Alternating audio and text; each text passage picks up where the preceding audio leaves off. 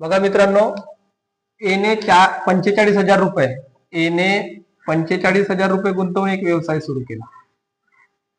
त्याच्या काही महिन्यानंतर बी व्यवसाय 54,000 रुपये घेऊन, बी 54,000 रुपये घेऊन व्यवसायात सामील झाला. गुंतवून ए सोबत भागीदारी केली. जर वर्षाच्या शेवटी म्हणते, वर्षाच्या शेवटी हा केव्हा आला हे माहित नाही आपल्याला, पण हे आलेला आहे 12 महिन्यात.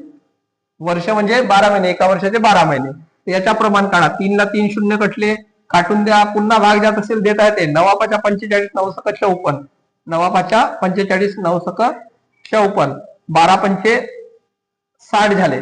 आता 60 झाले, मग काय म्हणते, शेवटी नफ्याचे प्रमाण 2 ला 1 आहे. म्हणजे हे 2 आहेत आणि हा 1 आहे. 2 जर 60 आहेत, 60 जर 2 आहेत तर 1 किती होईल, 30 होईल.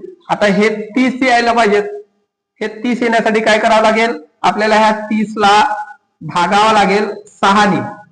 ह्या 6 ने भागलो, उत्तर किती आला, 5. म्हणजे किती महिने काम केले त्याने, 5 महिने काम केले. तर काय म्हणते, जर वर्षाच्या शेवटी नफ्याचे प्रमाण 2 ला 1 आहे तर बी किती महिन्यानंतर व्यवसाय साथीदार झाला.